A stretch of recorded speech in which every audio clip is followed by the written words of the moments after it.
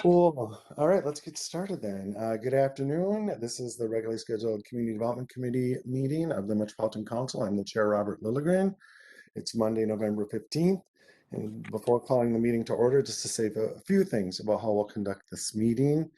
COVID-19 is still causing us to alter our usual procedures. The Met Council chair has determined that it's not practical or prudent to conduct an in-person committee meeting at this time, so we will participate in this meeting by phone or other electronic means. And this Community Development Committee meeting will be recorded. We're conducted via WebEx. Members of the public can monitor this meeting by going to the agenda at the Met Council website and live stream the meeting. The video is embedded right there on the agenda page of the website. We'll do a roll call for each business item. And please, committee members, just use the chat function for technical difficulties. And if you have something to say in the discussion, please just say it out loud so that people monitoring this meeting can hear it as well.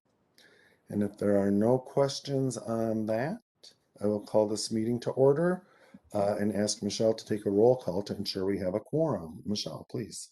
Yes, Chair Lilligren. I did receive advance notice that Councilmember Cummings and Mousse will not be attending today. So I will start with Chambliss.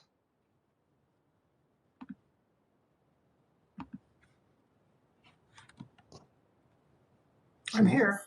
I can see her. Okay. Johnson. Here. Lee. Lilligren. Here. Lindstrom. Here. Sento.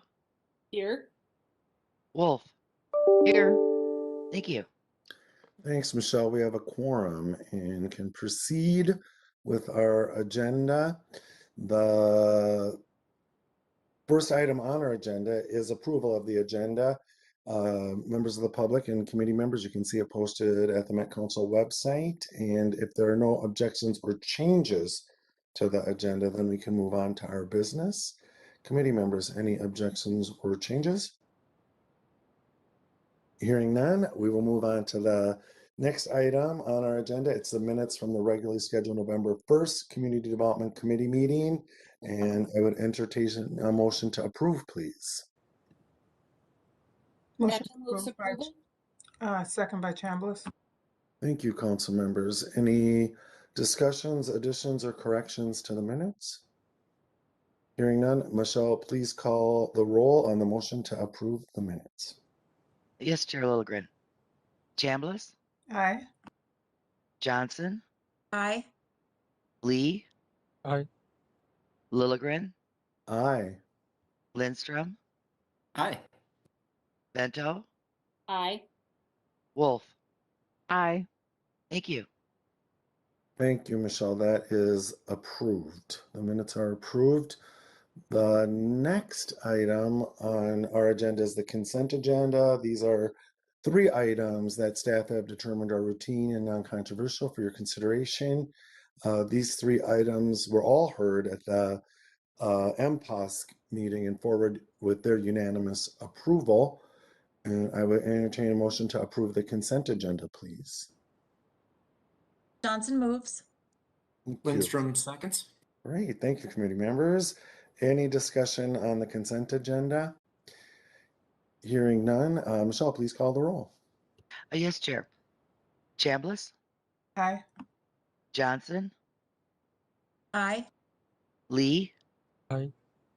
Lilligren. Aye. Lindstrom. Aye. Bento. Aye. Wolf.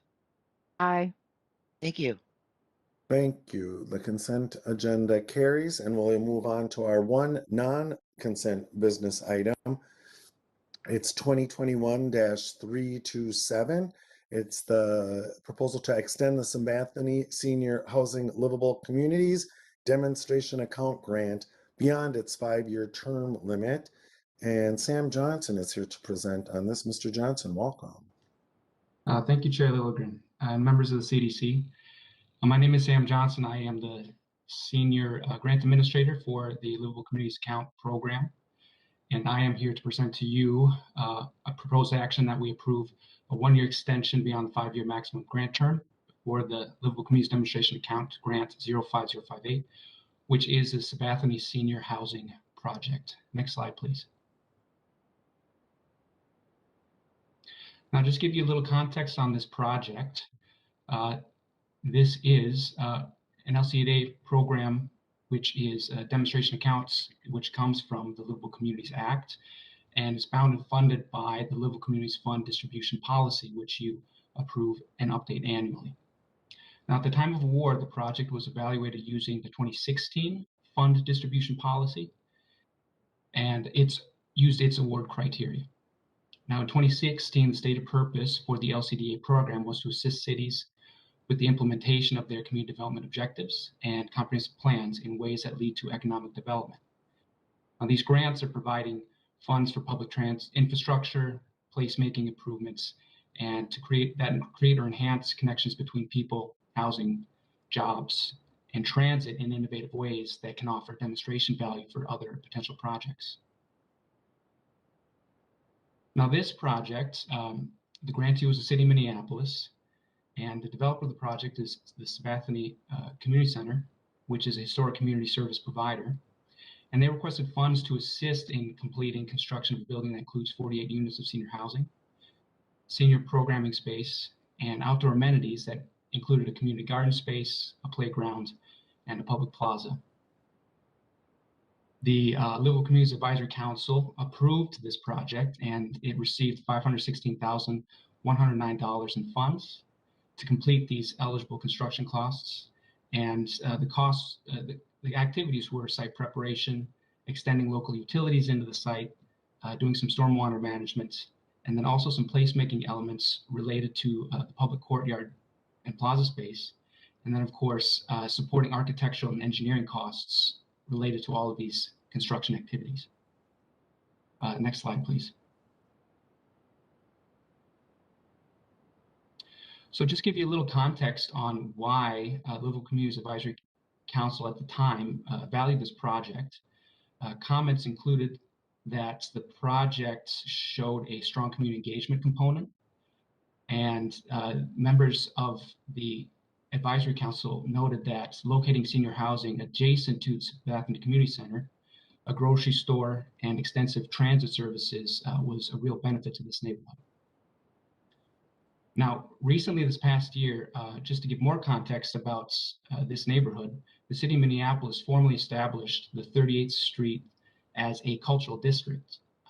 They define a cultural district as an area that advances racial equity, prevents displacement, preserves cultural identity, and fuels economic growth in areas with a rich sense of cultural and/or linguistic identity, rooted in communities significantly populated by Black, Indigenous, immigrants, and people of color.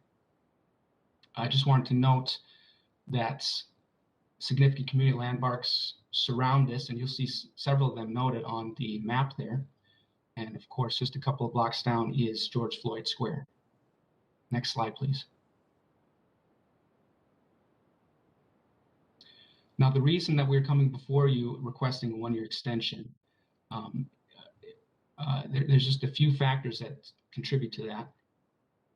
First off, due to high construction costs and capacity issues that were related to this being Sabathani Community Center's first development project, back in 2019, the city of Minneapolis requested and received a 2-year extension and also a project budget adjustment for the project.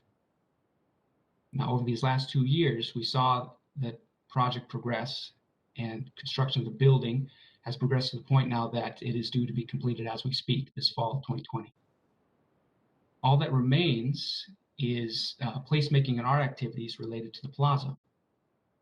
We're told by the city of Minneapolis that Sabathani is currently developing a request for proposal for this work and are creating a timeline so that over the winter, they can hire and work with local artists to plan the space, and will complete the work as soon as the weather allows.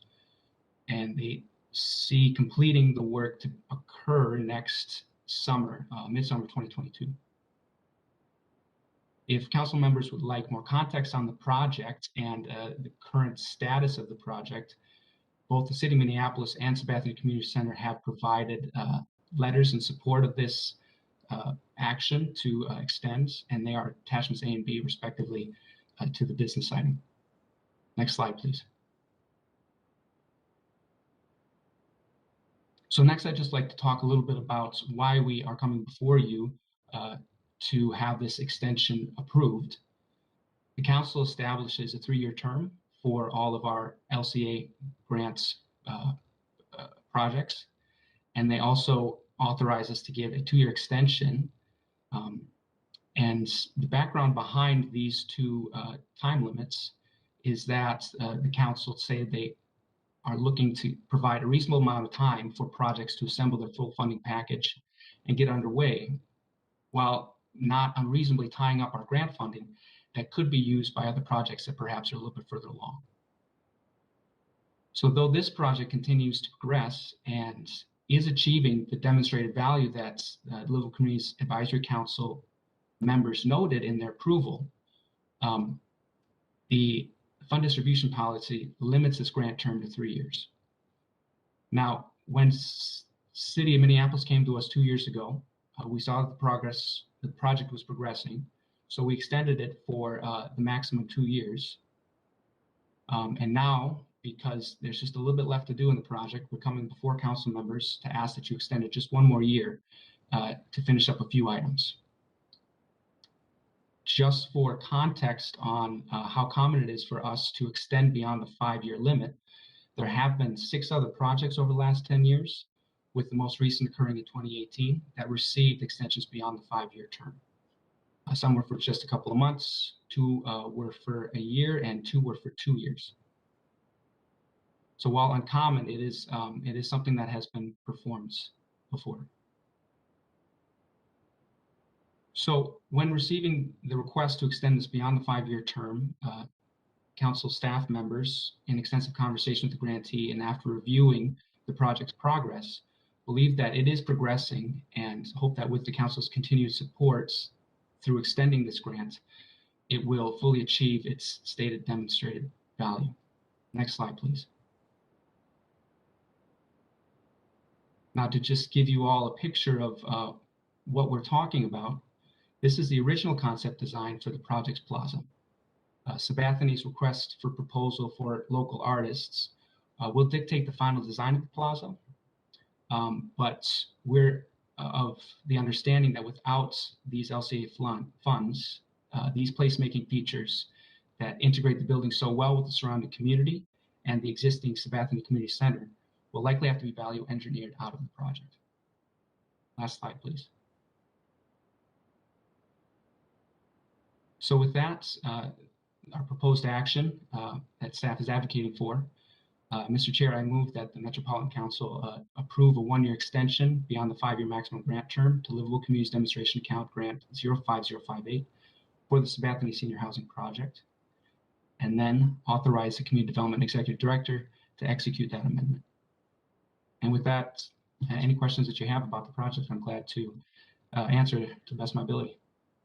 Thank you, Mr. Johnson, for the report and for your work on this. And before I call for a motion from the committee members, I just would ask committee members if you have any questions about the report. Councilmember Chambliss. Yes, I'm really glad to see that this demonstration account is to the point where it's at the finish line. And as a demonstration account, there is an element of learning and support that we can take into other similar projects. So I'm really happy that we've identified what some of the needs are for projects like this so that we can expand and duplicate and replicate these projects elsewhere. And that's the purpose of having a demonstration account. Sabathani is near and dear to my heart. It's an area where I grew up. Nearby, I had relatives within 2 blocks of Sabathani Community Center, and it was actually right across from Greater Friendship where I attended as a young adult. It is a community gem and has been for many years. So I'm glad to see that we're continuing the community legacy and some of the dreams that Greater Friendship had of that center, and how that community has been developed from the visions of the community.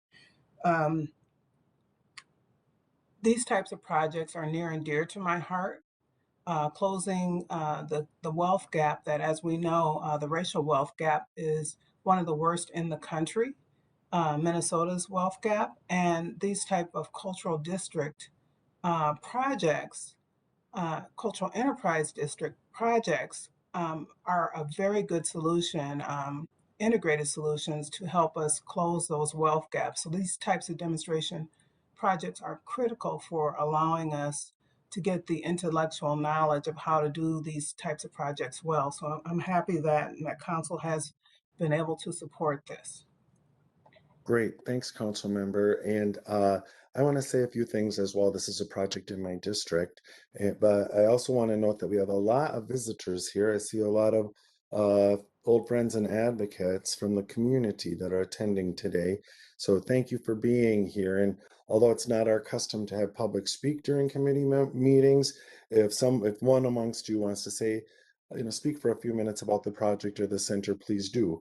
But I just want to make sure that the rest of my colleagues here know the importance of the Sabathani Center to the community. It's a treasure. It's been around for a very long time. I used to live about 6 blocks north of Sabathani on 3rd Avenue for 36 years, and I had the incredible honor to represent this area during my first term on the Minneapolis City Council. I just can't emphasize enough how vital Sabathani Center is to the community and the African American community for sure, but really the whole community in that South Minneapolis sector. I served for years on the board of Outfront Minnesota, that office is there. I was at thousands of hours of community events at Sabathani Center. It's an incredibly open place. It has one of the most beautiful auditoriums in the area. I remember Councilmember Chambliss and Greater Friendship Baptist Church was right across the street before they relocated, and the co-op came in. And I just think this is a tremendous boom to the community, to Sabathani. I think adding housing is just the icing on the cake, right, for Sabathani. And so I am very supportive of this project. I've been in communication with Minneapolis Council Vice President Andrea Jenkins, who represents the area. And she said, they're just this close. They're this close to being done. And she has been a huge supporter of this project all along. So I am very interested in supporting this project, and I ask my committee colleagues to as well. And with that, is the sort of chosen spokesperson you, Mr. English? I'll give you a couple minutes, please. Well, I'm not so sure I'm the chosen spoken, but Self-appointed. given my senior status and the fact that I'm the founding director of Sabathani Community Center some 50 years ago, as you know, Council Member Chambliss, who the church that you belong to was originally Sabathani Baptist Church, and Reverend Stanley Rogers King built that along with Summit Academy OIC, well, 10 Cities OIC, and so many other projects. But for a church to start, instead of building a sanctuary, but put a gym in, and then come and get the only social worker they knew to start a community center, which was myself, was amazing. And it has served the tradition of the community well. This project is so critically important to the development of our community. To extend our community services, we have the highest disparities, as you know. I won't repeat them to you, but what I know is there's a huge commitment on our staff. We recently hired a new chief operating officer. We're searching for a new CEO. We have some good candidates. We've had architects of color, owners rep as color.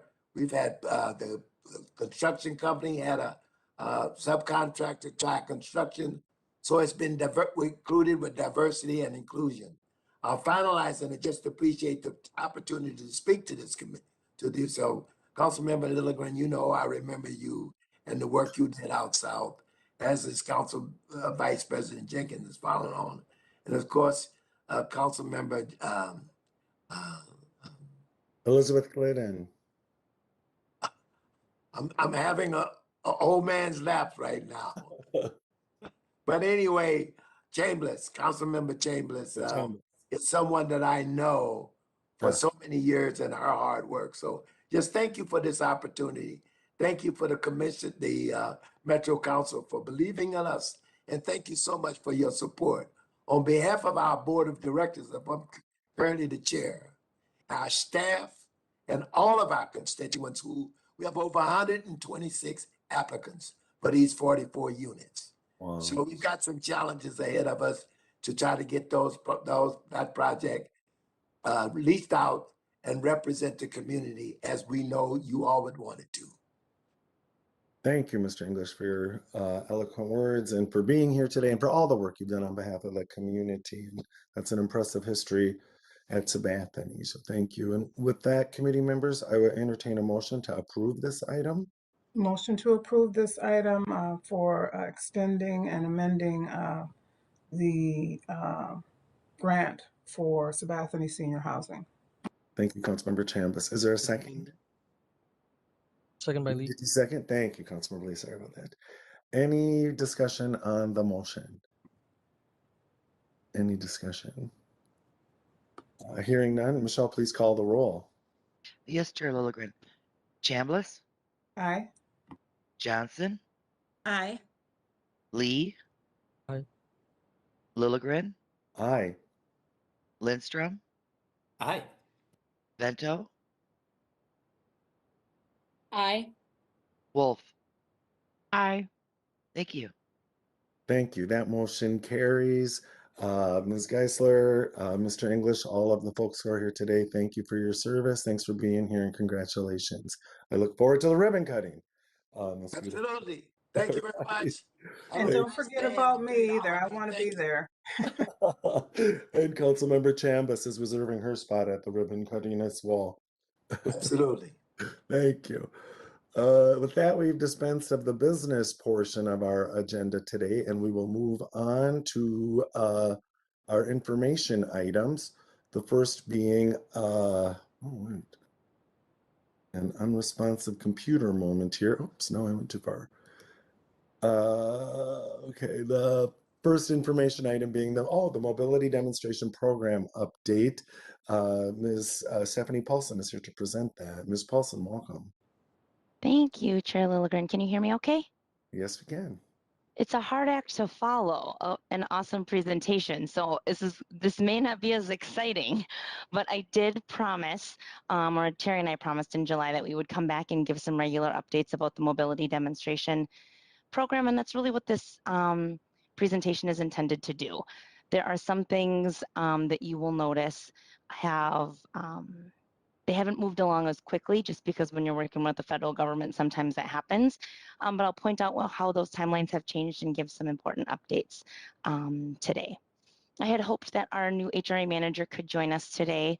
And I was going to introduce you to Margaret Perez, but she had a scheduling conflict. And so I will make sure that she joins us for the next information item about our mobility demonstration program. Next slide, please, Greg.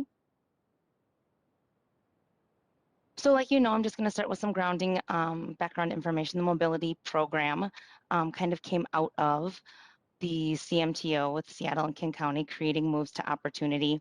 They used a person-centered approach in housing search assistance, some landlord engagement and financial assistance and support.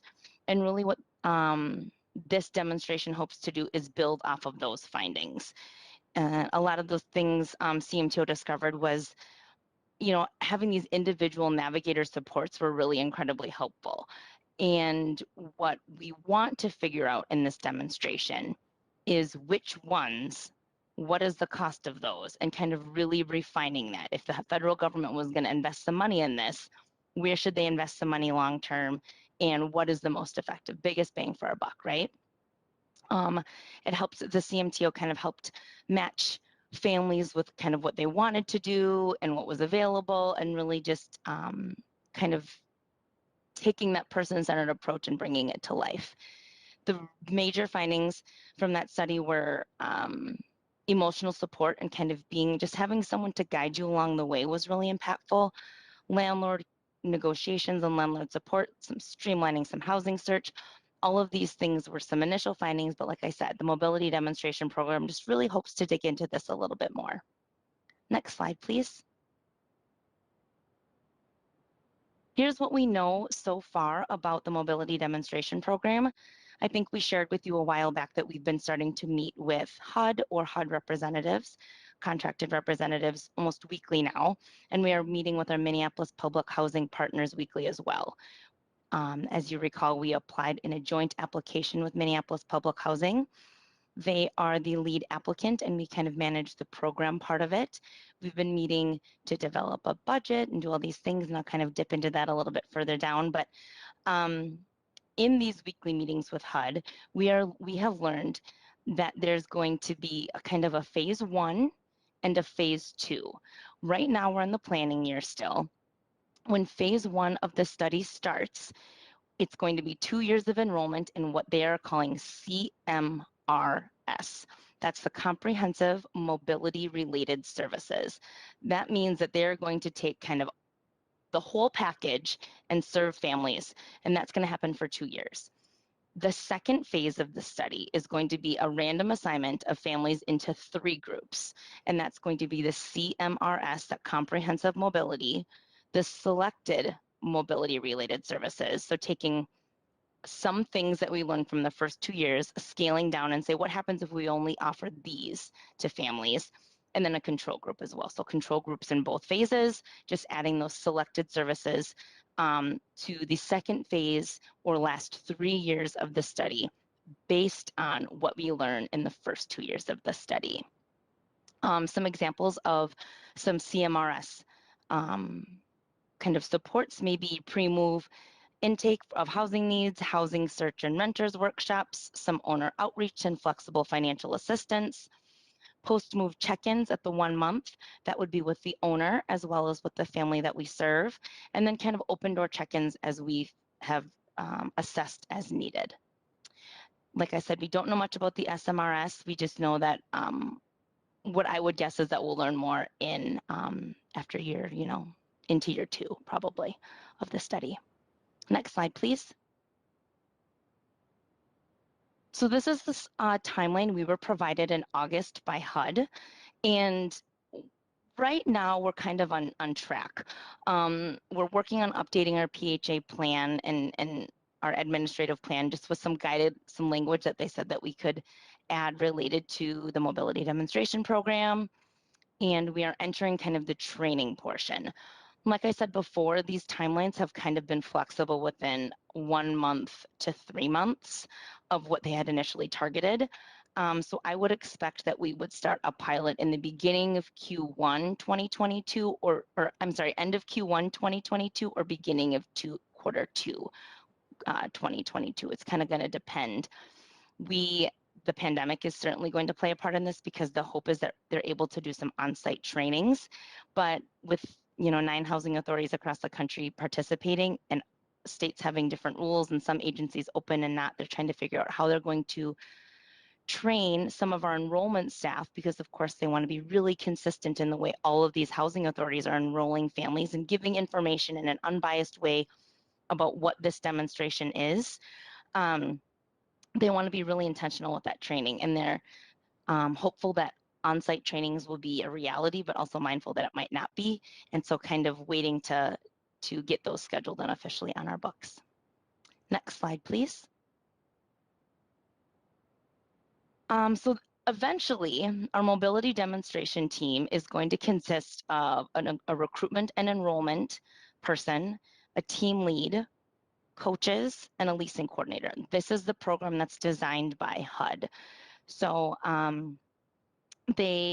in another cool kind of fun fact that I just wanted to share before I forget, you'll see there that the community choice demonstration, that's the name that this demonstration was given, and it came out of Metro HRA's community choice program. We were allowed to kind of submit name recommendations, and ours made the cut. So nationally, it is now known as the community choice demonstration, which is really awesome. It can be our claim to fame when we, in years and years from now, we were part of the naming. Recruitment and enrollment staff are not going to be funded, unfortunately, by HUD.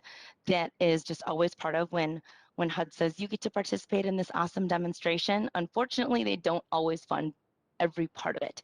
So the recruitment and enrollment is something we're going to absorb within the housing authority. We have capacity right now, and we're kind of shuffling some work around and figuring out how that's going to work. And it makes sense, right? You want the study to be really the people enrolling and recruiting to be separated from the study, to be able to give unbiased information, to be able to answer questions honestly and say, you know what, I want to be transparent with you. This is what I know, and to be consistent. We only want one person doing it. We have discussed the possibility of having someone who speaks multiple languages also being in recruiter enroller between the two sites, just because we know we don't want information lost in translation, and that some of this housing language does not translate literally. We are explaining concepts. We cannot do kind of a word for word translation. So we've explored that as an option as well, just to make sure that we are including and being mindful of all of the potential enrollees into this study. Next slide, please. This opportunity map discussion is just starting with HUD. So we had our very first meeting last week, hot off the press. We don't know much. They've given us a map to look at. It is slightly different from the map that we proposed with our application, and our incredible research partners are going to help us dig into this. We have some meetings set up with them upcoming to look at the tracks, the census tracks that they've removed for reasons that are combine like educational opportunities and different things. But they were, in our initial conversations, said that they were also going to be very receptive to local knowledge. So if there was something that we really felt strongly about based on local knowledge, or maybe a school that's changed, or charter differences that Minneapolis was expressing in the initial meetings that they wanted to be taken into consideration, all of those are certainly things that they will take into consideration probably in the next month, is when they wanted to make sure that they could get connected with us again. Next slide, please. Over this course of this study, HUD hopes to have 17,000 families enrolled in the demonstration nationally. They are very mindful that this is their goal, but it's a moving target. We might not get there, but it's not going to be for lack of effort, most certainly.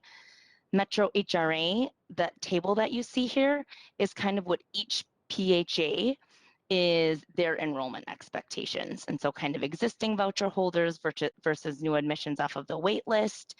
In the CMRS, remember that's comprehensive mobility, the first 2 years. SMRS, the selected mobility, and then the control groups. So total of 1950. Again, it's a big goal. We're definitely going to try to get there, but HUD has already told us, we don't know. There's going to be a lot of meetings. We want to hear feedback. This is a dialogue. It's certainly a study. It's a demonstration, but in some cases, we might reach some hurdles. Councilmember Chambliss? Yes, so I just want to get clarification just to make sure I understand Sure who thing. we're targeting and what the numbers are. Yeah. So the control group are existing voucher holders, so we're going to have 600 in that control group? So we could have, overall, there'll be 1950. When people come in, so let's say you are a family with children who's identified as a potential possibility for the demonstration. You will be randomly selected at that time when you do your recruitment and enrollment, as we understand so far, to be CMRS or control if we're doing your enrollment in the first 2 years. So you'll know right there, control or CMRS, which one of the questions that we've had internally is how we navigate that conversation. Like, we're going to make this great sales pitch to you and then say, great news, you're the control group. But again, we're looking to our HUD leaders and our experts to be able to share that information with us. So it would be of existing voucher holders, there'll be 600 CMRS, 600 SMRS, 600 control, and then of our new admissions, so new wait lists, there would be 50. And HUD also said that if we needed to change some of those, if we wanted to have more new admissions and less existing voucher holders, they've opened the door for that. But we have housing authorities really haven't committed to that. They've just kind of thrown that out as another opportunity. And again, like I said, these numbers are definitely flexible. It's going to depend on how the study goes, how enrollment goes, and feedback and kind of and quite honestly, we have a pilot. They've designed a really intentional pilot to see how this enrollment goes right in that first year. Initially, it was supposed to only be 3 months, and they've already just recently told us they're going to extend it to 6. So I think they're being really, really intentional to make sure that, you know, when we pilot this, we get a lot of feedback. PHAs, we are having conversations with PHAs about concerns about enrollment because 600 existing voucher holders, to get to 600, we're going to have to recruit a lot of people and do a lot of intakes and have a lot of conversations. And so it's really gonna, our success rates in that pilot will probably be a good indicator for HUD as to how well they think that we'll be able to do over the duration of the study. Okay, and that's the reason why I'm getting the clarification, because it looks like your recruitment and enrollment are kind of intertwined, because if they're randomly selected from the existing pool, that doesn't seem like that's a lot of recruitment to me. It's more the intake and selection process, right? Right. So the way that they've decided, or that they've kind of explained it to us so far, is that they're imagining group briefings, right? Or like, hey, you might qualify for this, or you may be a family that might have some interest in this. Let's tell you a little bit about it.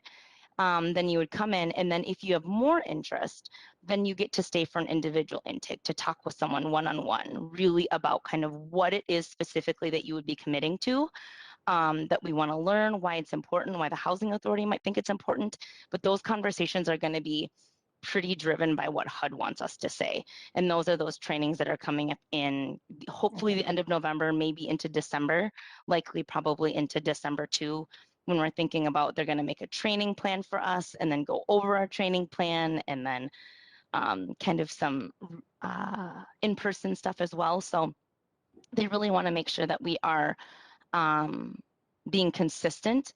And so everyone who enters into the demonstration is getting the same information. We hope, as of now, the plan is that Minneapolis Public Housing will have one primary recruiter and enroller, and Metro HRA will have one primary recruiter and enroller, with backups just for vacations or any other reason that we'll have backups trained, but one primary to make sure that we have consistent messaging. Okay, those are all my questions. Thanks. Thank you. Thank you. Next slide, Greg, please. So this is kind of, Councilmember Chambliss was reading my mind. This is kind of our recruitment and enrollment timeline. So we'll work through our draft and finalized plans. So every site is going to have a slightly different plan for the recruitment and enrollment. Then sometime in between December and January, again, kind of a fluid timeline, as they're hoping to visit PHAs no later than January 2022. And again, the hope is February 2022, we would begin that 6-month pilot phase. I feel like I'm giving you a lot of moving targets, and I hope we stay on task like this, like that we're hoping, but if not, the plan right now would be to have our new manager, Margaret of Outreach and Special Initiatives, to come back at the end of Q1 2022 or beginning of Q2 2022, because we will likely by that point in time, we will not come back until we've at least have our pilot started or have the pilot in motion and have some more solidified information for you. Again, this information item was mostly so you knew that we were still wanted to keep you in the loop, and it's still moving forward, just slower than we thought. Next slide, please, Greg. So what you can expect from us, we're going to keep coming back to you to give you updates, even if it doesn't feel like it's super concrete, just so you know that we're continuing to have conversations with our federal partners and with our partnering agency, Minneapolis Public Housing, and continue to provide you some exciting updates. And the next slide just has my contact information and our new outreach manager, Margaret's contact information. With that, I'll take any questions. Great. Thanks, Ms. Paulson, for your work on this and for your whole team's work. And it's a very exciting pilot. It's great that HUD has the confidence in us to have us participate in this pilot. I look forward to seeing how it develops. Questions for Ms. Paulson on this report? Any questions? Right. Hearing none. Again, thanks. Thank you Thanks for very being much. here today. Yeah, and we'll see you again soon. Thank you, council members. Yeah. And committee members, we will move on to our final item for today, which is, again, an information item. The discussion to inform the 2020 scoring criteria for the Livable Communities Demonstration Account and Livable Communities Demonstration Account Transit-Oriented Development programs, and that is Ms. Beard and other members of our team are here to present. Ms. Beard, did you want to start, or would you like I will, to? Mr. Chair. Thank you. Thank you. All Ms. right. Beard. Well, thank you. Yes, very happy to be here tonight and start becoming familiar faces at CDC committees from basically now through February, when we ask you to approve the annual funding availability and program criteria for LCA. And as you are aware, we made some pretty significant changes last year to the criteria. So a lot of our presentations, certainly today's and others coming, will kind of report back on how it's gone and if there are anything we would recommend changing for 2022. Next slide, please, Greg. So specifically today, we're going to just look at the process category of scoring criteria for LCDA and TOD. We'll look at the changes that we made last year. We'll summarize what the scoring process ended up resulting in for 2021, and some proposed tweaks to the process scoring that we think will work a little bit better for 2022. And then we'll just share with you next steps for the coming months. Next slide, please. As a sort of brief recap, one of the bigger changes we made for the scoring structure in 2021 was to organize it into 3 primary categories: what or proposed project impact, how or proposed project process, and who or proposed project team. Step 1 scoring for LCDA and TOD development programs has now been completed, and we're glad to note that the new structure has succeeded in making the criteria more understandable and transparent. Using this structure has allowed us to better see how the different criteria work iteratively, which allows us to avoid replication and quickly see if the scoring rubric is not creating the results we intended. And there are positive ripple effects. Consolidating and more tightly organizing the criteria has allowed us to reduce application length significantly. Beyond the overall structure of the rubric, completing Step 1 scoring has allowed us to better assess if the specific criteria is achieving our intentions or if tweaks are needed. Would you click once, please, Greg? Today, we're going to report back on the how or proposed process scoring criteria has gone for Step 1 and make some recommendations for minor changes that we think will better capture our priorities for project process. And as I mentioned earlier, we will be back in December and January to discuss how the what and who categories of scoring went last year, but we're going to start with process tonight. Next slide, please, Greg. Before I turn it over to Hannah, I'll just quickly recap what the process criteria was for 2021. Here in front of you, this slide is the Step 1 process criteria for 2021, and it's where we're trying to capture equitable community engagement that considers the scale and context of the project. So there are other parts in the scoring that are getting at equitable outcomes and equitable project teams. Process is focusing on equitable community engagement. You may recall that when we were developing this criteria last year, that there were a lot of conversations with very different types of cities and communities across the region, and we were trying to design scoring that gave both heavily engaged, diverse communities and smaller, predominantly white communities opportunities to achieve these points.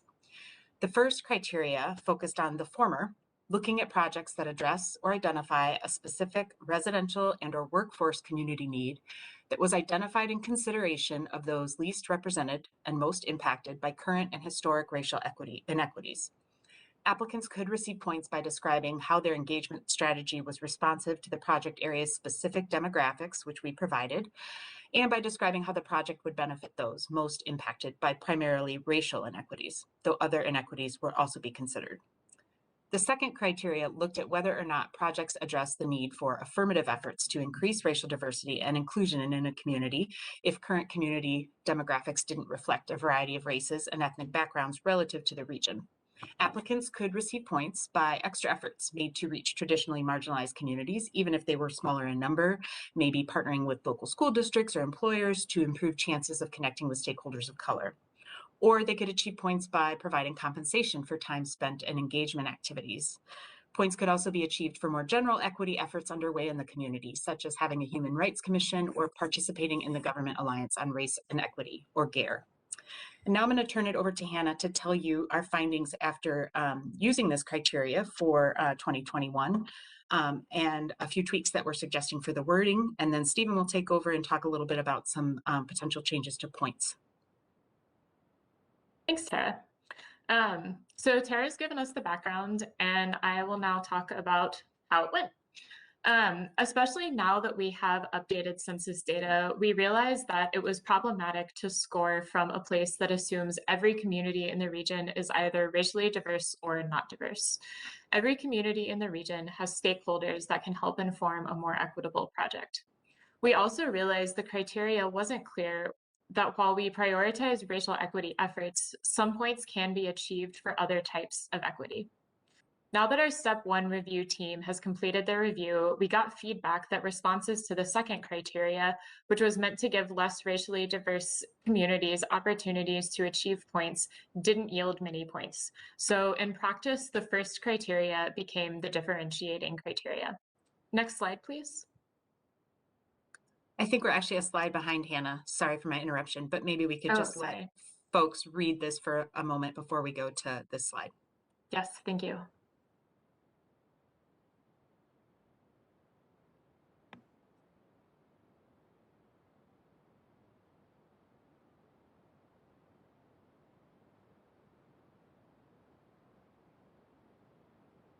And maybe now we can move on to the next slide. Okay, thank you. So like Tara mentioned, we are proposing some tweaks to the 2022 process scoring to address the findings that I discussed earlier.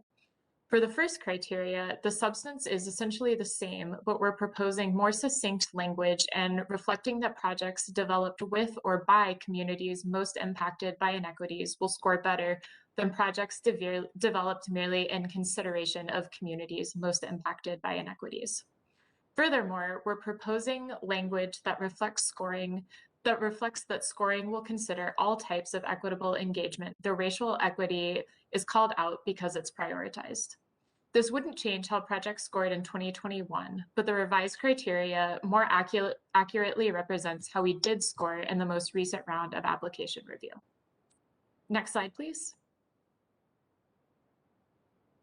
So the second criteria would also not change dramatically, but it would clarify that equity will be considered more broadly and would remove the qualifier that calls out less diverse communities. Like this year, cities could achieve points by, for example, using the equitable development evaluation tools or demonstrating citywide equity efforts by participating in the Government Alliance on Race and Equity, or GARE. The goal of this criterion is to take into consideration how a city government is addressing equity in their internal process. As we mentioned previously, however, racial equity is still going to be prioritized in this section of the scoring. And I'll now hand it over to Stephen to talk more about point distribution. Thanks, Hannah. And Greg, can we go to the next slide, please? So along with the changes to the criteria's language in order to better reflect and prioritize an equitable process, we're also proposing a different weighting of points and total number of points available in the process section. For 2022, we're proposing to keep 5 points for the first process criteria and to reduce the amount of points available for the second process criteria from 5 points to 2 points. This reflects the intention of the section to prioritize applicants that engage underrepresented populations and create projects in partnership with those communities over more general citywide actions. Next slide.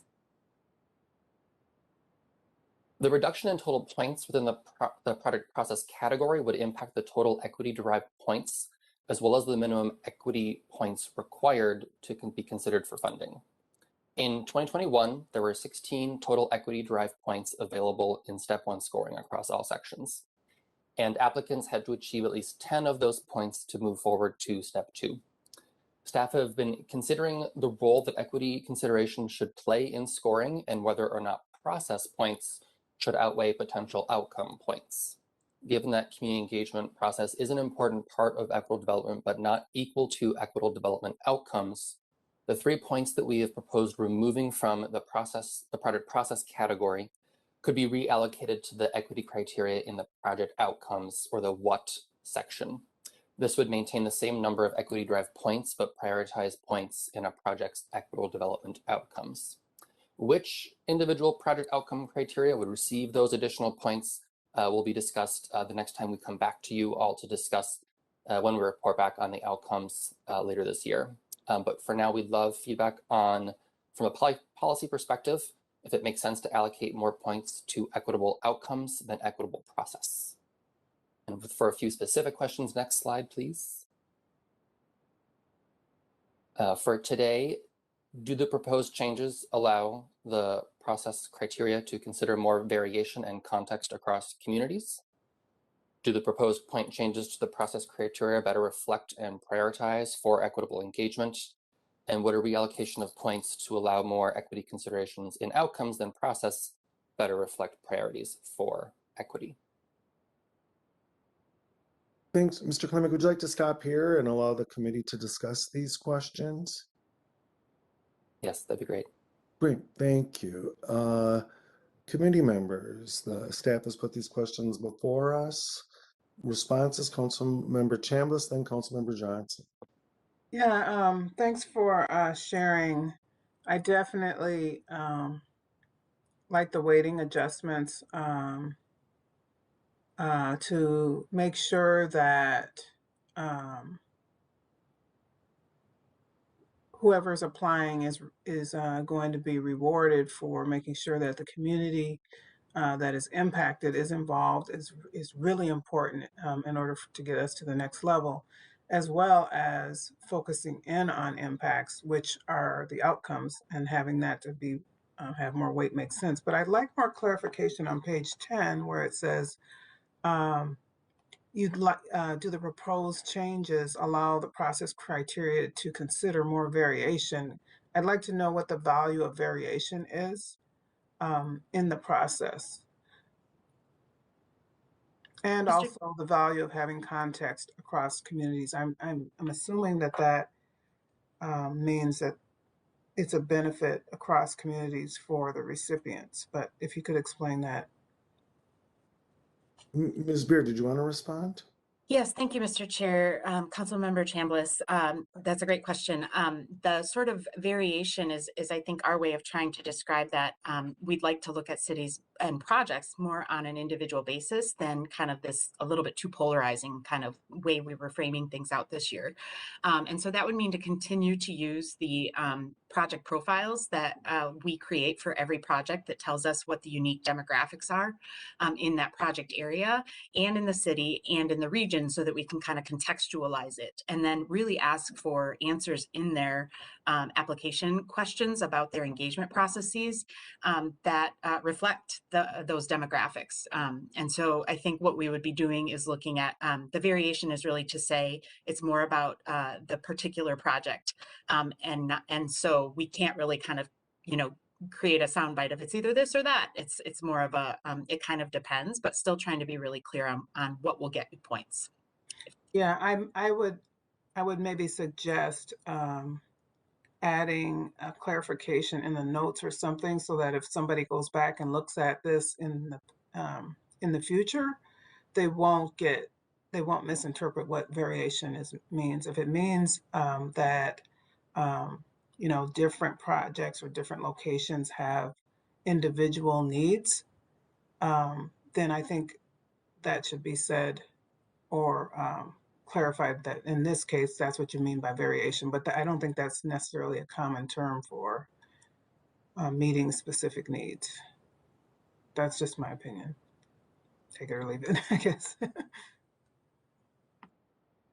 Thank you, Councilmember. Further discussion on the questions, Councilmember Johnson. Thank you, Mr. Chair. Thank you, Councilmember Chambliss. I had a similar question to yours, so that was asked and answered. Could you put those slides back up again and where they were showing the criterion from one year to the next? I just had a question around, maybe it was the second component to that. A few slides ahead of this, maybe. But keep going. Maybe slide 7. If you know, yes, and maybe one further back. Yes, starting here. Is there, maybe I'm being too specific in my question, but for the draft proposed 2022 criterion addresses a residential and a workforce need that was identified by or with residents or workers most impacted by racial or other disparities. Could that include employers in a community as well? Or is this, because for all of us, you know, who live in communities, we have people who live in the communities, and then we have people who live and work in communities, and then we have people who just work in communities. So I wasn't sure who the workers were and what need.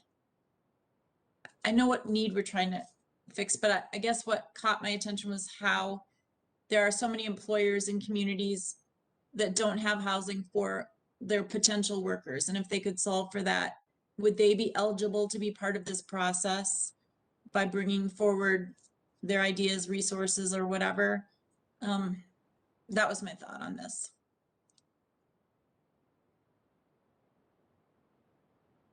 Mr. Chair, Councilmember Johnson, if I may, yes, the answer is definitely yes. And I notice in the current criterion, we do sort of say residential and or workforce, and now we're sort of saying, we are saying a residential and or workforce need that was identified by or with residents or workers. And I think we would absolutely say, you know, an employer is also a worker in that community. It's just a specific type of employment that they have in that community. So the short answer to your question is yes, absolutely. Okay, great. And maybe on the vein of Councilmember Chambliss's ideas, maybe if that could be just clarified. I mean, you guys will be working with the cities. They'll obviously have all the detail on this, but I think it's just important to know that under workers, we're classifying that an employer of workers could be part of this process, right? Just a suggestion. And then if we go towards the end again, in the slide that shows where we've moved the points, and one more forward. No, I mean, I think I'm going in the wrong direction, towards the end of the presentation. Slide 8, I believe. Thank you. I should have written it down as I was going through these. Yeah, this one, and then maybe one with the next one as well. And keep going. I think the other direction though. Oh, Right. sorry. I just want to get to the. So slide 9. There was a slide that spoke to. Yes, thank you. And so I really appreciate this. And this might be a simple-minded question, but is the project process equally important to the outcomes? Because without strong process, you don't get strong outcomes? Or is it understood that it will be a strong process, but we're just waiting for the fact that the outcomes stated in the application have to be robust as to what we're trying to accomplish? Does that make sense? Does that question make sense? Mr. Chair, Councilmember Johnson and Hannah, Stephen, please feel free to jump in, either get ahead of me or interrupt me if you want to. You know, I think that's the question we're sort of asking, you know, CDC to weigh in on. You know, when I was working on this slide and on this kind of concept, I kept remembering a comment Councilmember Atlas Ingebretson made last year when we were developing this criteria that said, and she said, and I'm definitely paraphrasing, that, you know, community engagement is not equity. engagement is not, equitable community engagement isn't an equitable project in and of itself. And so, what we're looking at is really saying, how do you want us to value an equitable process versus maybe a process that can't demonstrate as much deep engagement with communities of color and communities most impacted by inequities. But if the outcomes are obviously meant to address them, they probably won't be as great of an outcome. But again, there's some of this is kind of dancing around the fact that communities have very different demographic makeups. And so some kind of, kind of awareness of that if it's a community that doesn't have as rich or as deep of a, engaged BIPOC community to come to them with a development project, which is, the ideal, that it's a really like grassroots kind of, we love to see projects that came directly from communities most impacted by inequities. But again, recognizing that not every city is going to have as many opportunities to do that as other cities. So really trying to continue to finesse the criteria to reflect that. As far as whether or not the process, the engagement process, and whether it was authentic and really allowed influence, I think is really important. The outcomes, if it's adding affordable housing and the marketing plan for the housing is, it goes above and beyond what's required in an affirmatively furthering fair housing marketing plan, which is actually pretty modest, and a variety of other things we've identified in our evaluation considerations as ways that a project can achieve more equitable outcomes. If those are present, and engagement is certainly important, but should they be around equal? In the past, this year, obviously process was almost double what outcomes was worth. This is not a complete flip, but a little bit of a flip. And so that's exactly what we'd love to hear from you, is if that feels maybe like an overcorrection, what do y'all think from the policy level? Mr. Chair, if I could just do a follow-up. Thank you.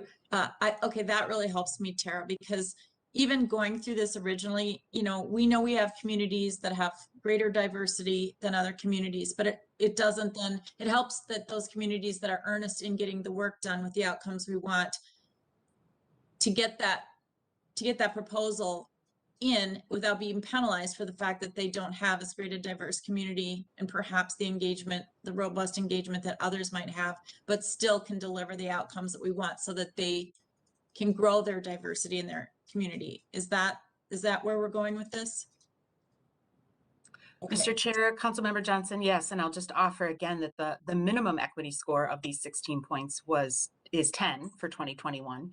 So, if you look at the 2021 criteria, in theory at least, and this didn't actually happen in practice for any of our projects for 2021, but in theory at least, a project could simply by an equitable process without any equitable outcomes they can demonstrate could achieve those minimum points.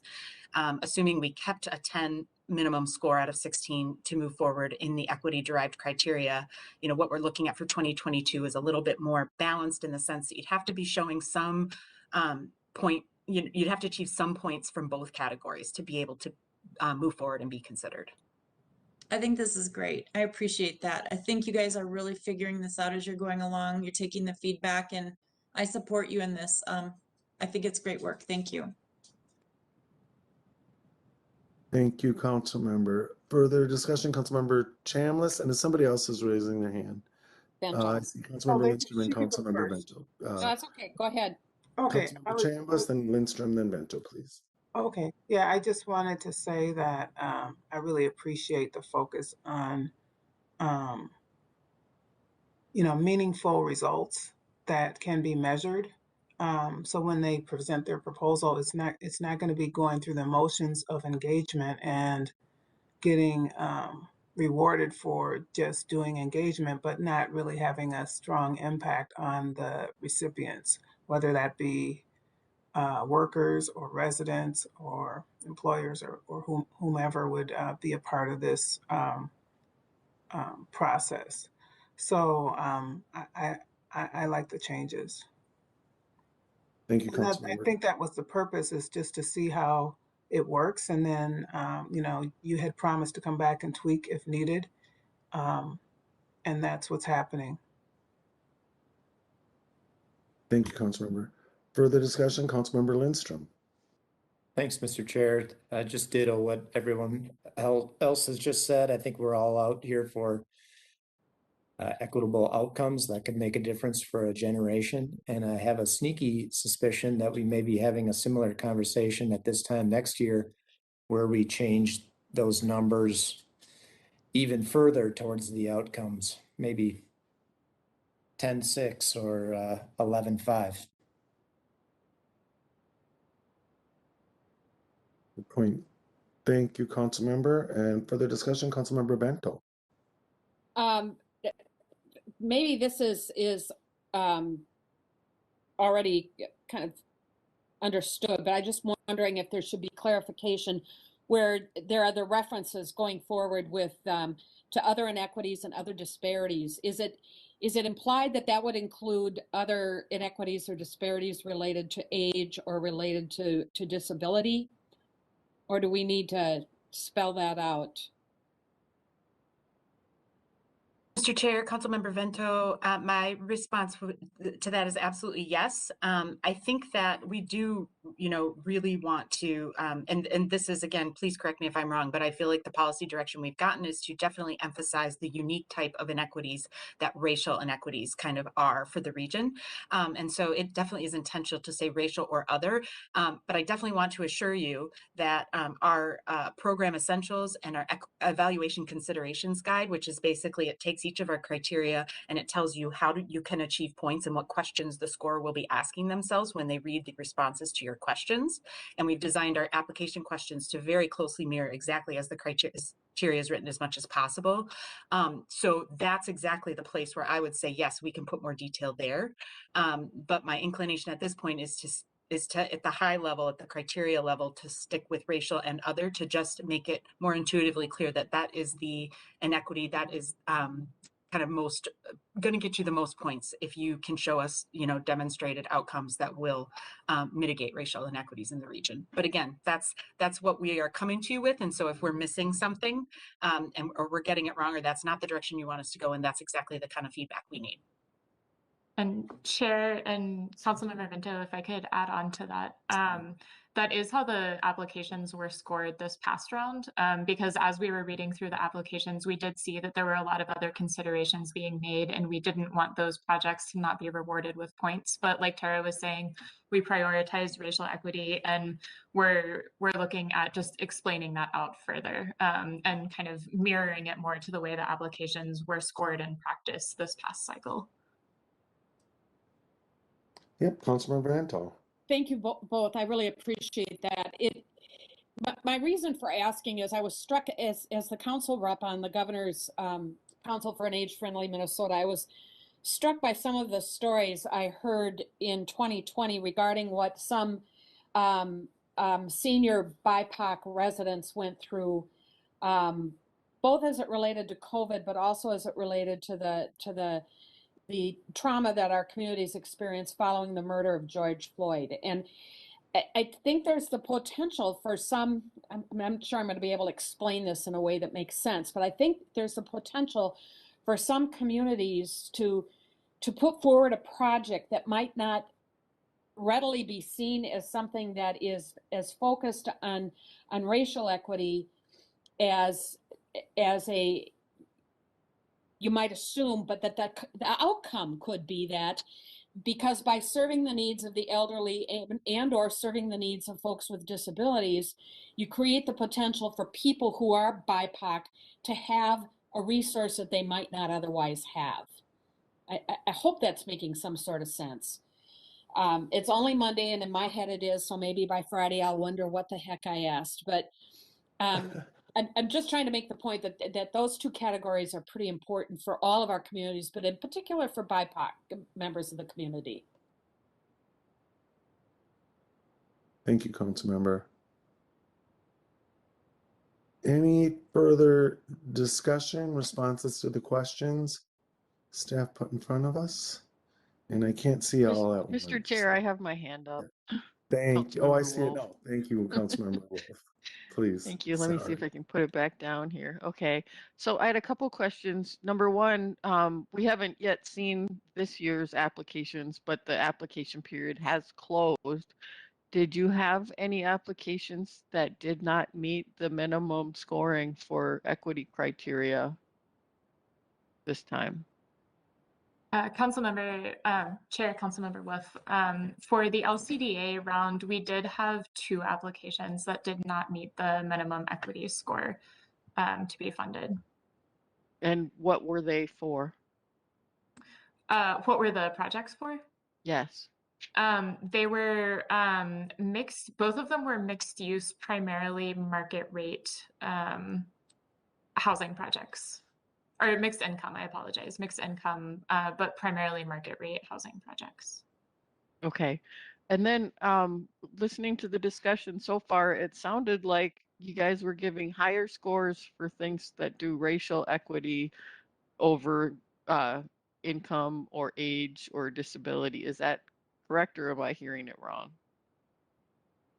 Mr. Chair, Councilmember Wolf, that is correct. That's the intention that we would look at directly addressing racial inequities and engaging BIPOC folks in who have been most harmed by racial inequities in this process would have the potential to achieve all of the points, and that other types of equities that were addressed could achieve some of the points, but not all.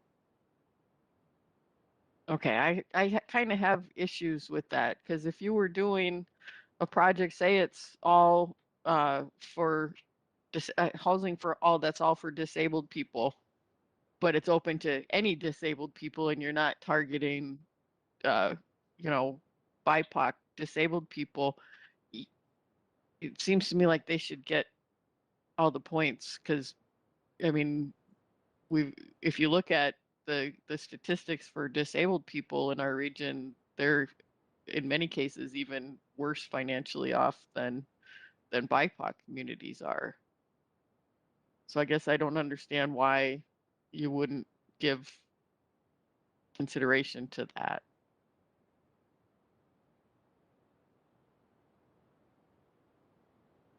Mr. Chair, I can, Yeah, please. sure, I can, that's a really helpful perspective. And as staff, we have also heard the message from some council members that, racial inequity, again, is sort of a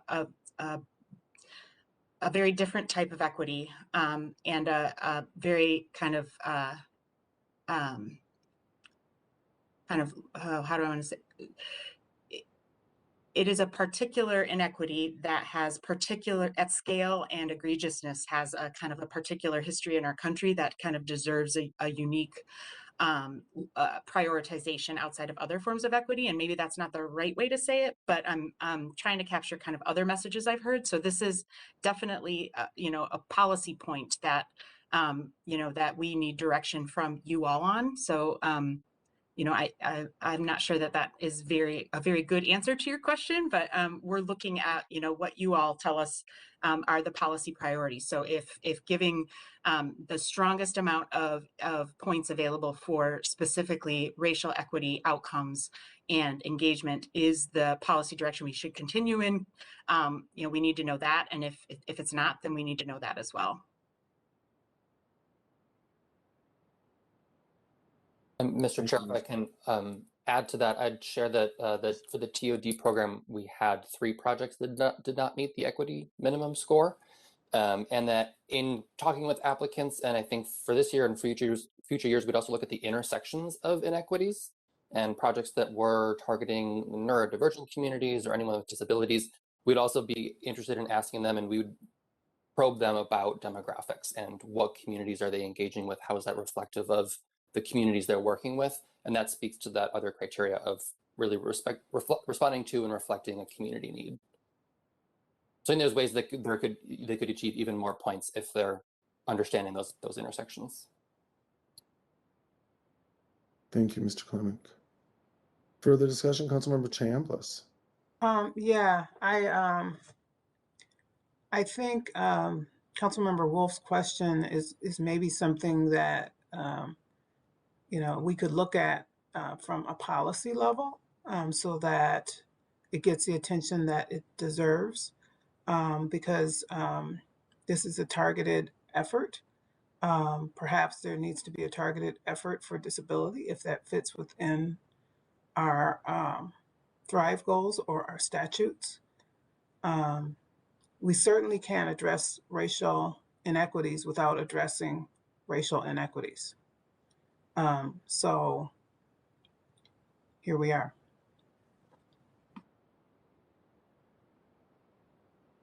Thank you, Councilmember. Further discussion on this report, responses to the questions. Ms. Beard, are you and your team getting the information from us that you need tonight? Mr. Chair, I guess I'd love to hear from more CDC members kind of about this question of prioritizing racial equity or trying to look more equitably across equity. Sorry, it's Monday for me too, Councilmember Vento.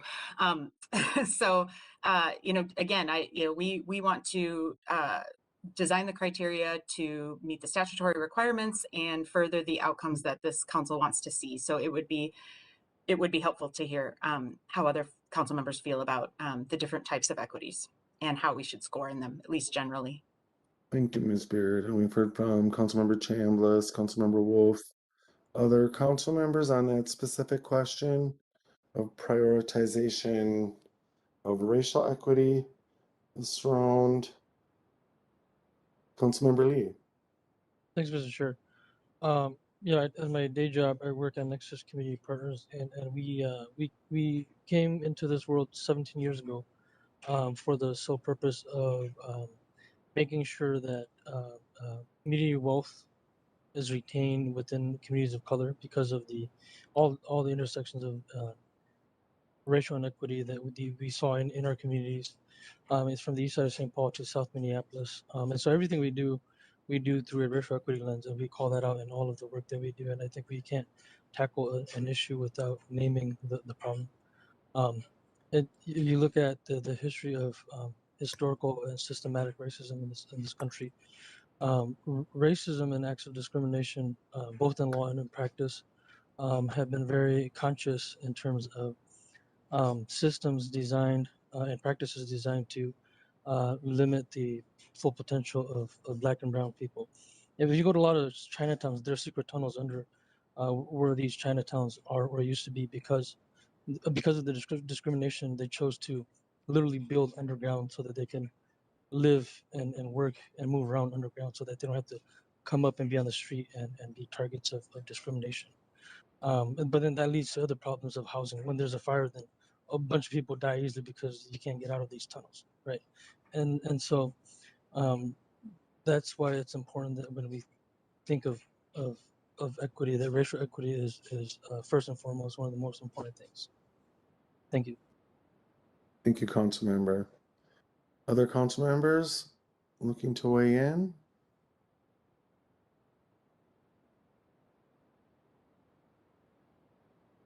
Councilmember Lindstrom, I thought you were gonna. Excuse me, Chair. Councilmember Wolf has her hand up. Thank you, Councilmember Wolf. Thank you, Mr. Chair. I would just remind my colleagues that for many people who are disabled that require government services to survive, there are limits on how much income you can have or you lose your services. So by law, our government is keeping some disabled people poor in order to have the services that they need to live. So I don't want to I'm not trying to minimize concerns about racial equity, but discrimination against disabled people is legal today and part of government practice in the provision of services for those disabled people.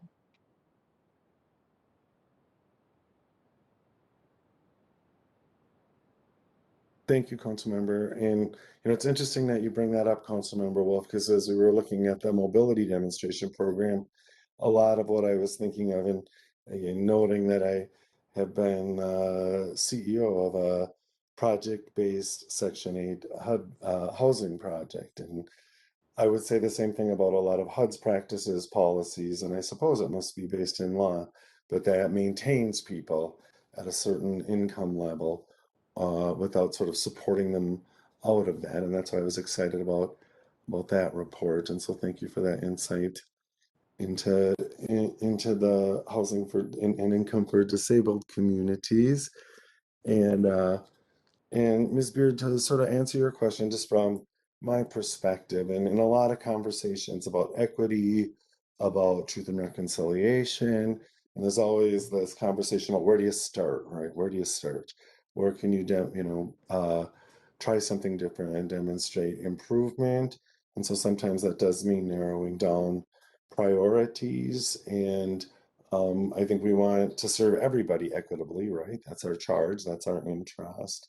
And I think an emphasis or a focus on race, at least in this round, I mean, this is something we do every year, right? We have the opportunity to try different things, but I think you need to try. I think there's benefit to focusing on one sector of the population, one sector of inequities, if that's racial inequities at this point, and evaluate our progress, and then work specifically in different areas in the disability community, neurodivergent community, and others. So my position would be there's benefit to focusing on racial equity to start, and acknowledge that this is something that we can change as we go. And anyone else? Excuse me, Chair Lilligren, Councilmember Bento has Councilmember her hand up. Bento. Yeah, I should put my glasses on. Those hands are so tiny. Councilmember Bento. I guess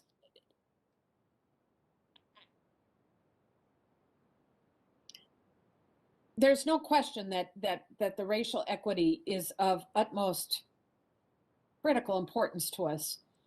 I just think we're missing an opportunity if we don't acknowledge the disability and the age related and put it out there, because I think there's the potential that we're going to end up with outcomes that may help address all three in the same project.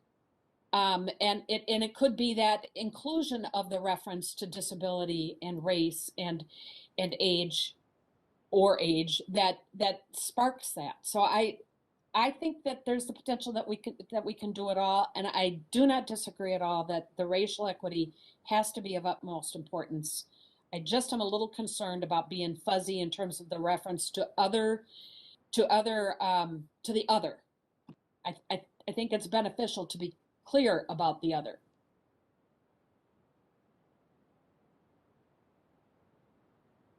Thank you, Councilmember. Further discussion, Councilmember Chambliss.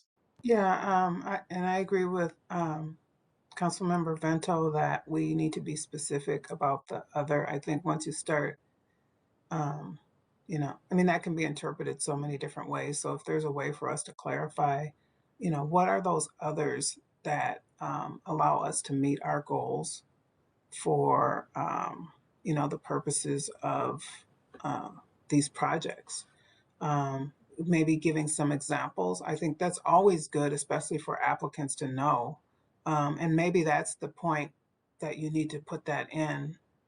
And maybe it shouldn't be a part of the criteria, but it should be a part of the explanation of how these projects can be applied or created, and how they can benefit in other ways.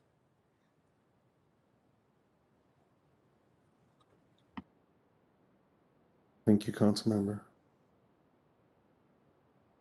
Further discussion, Councilmember Bento, is your hand up again, or is it just up from before? Okay, cool. Thank you. Further discussion.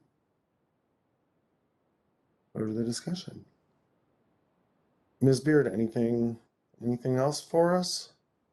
I think I might just repeat back kind of what I heard, and just make sure I've got it. I've also just, in listening to you, I was able to kind of collect and hopefully articulate a little bit better.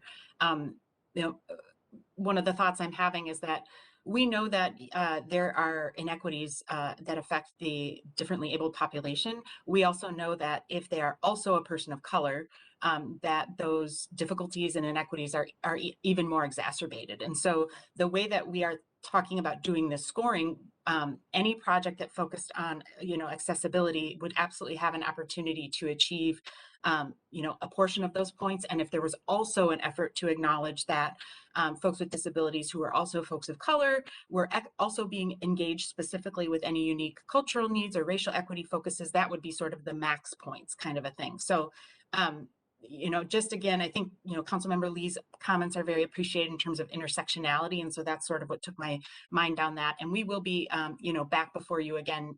So, we'll have an opportunity to take all this really welcome and helpful feedback and do some more thinking about exactly how we want to word this and have it be, and making sure that we're being really clear about how we're evaluating this. So just a huge thanks. And obviously, if I said anything that captured that anybody has an issue with, I'd love to hear it, but I just wanted to kind of share those thoughts, which I appreciate your grace in doing so. Thank you, Ms. Beard. Comments, further discussion? Committee members, not seeing any. Great. Ms. Beard, your team, thanks so much for your work on this, for being here. We look forward to the ongoing conversation before these are approved. And we come to the end of our agenda. Director Barajas, Michelle, anything else for us? I don't have anything, but thank you, Chair. Thank you. Nothing else. Just hope that you all have a wonderful Thanksgiving. Right. Oh, yeah, same to you. Yes. We'll see you on the other side. Good point, Lisa. Thank you. Yes. Seeing no further business before this committee, we are adjourned. Happy Thanksgiving, everyone. Thank you. Yeah. Good night, Have a good everyone. holiday, everyone. Happy holidays.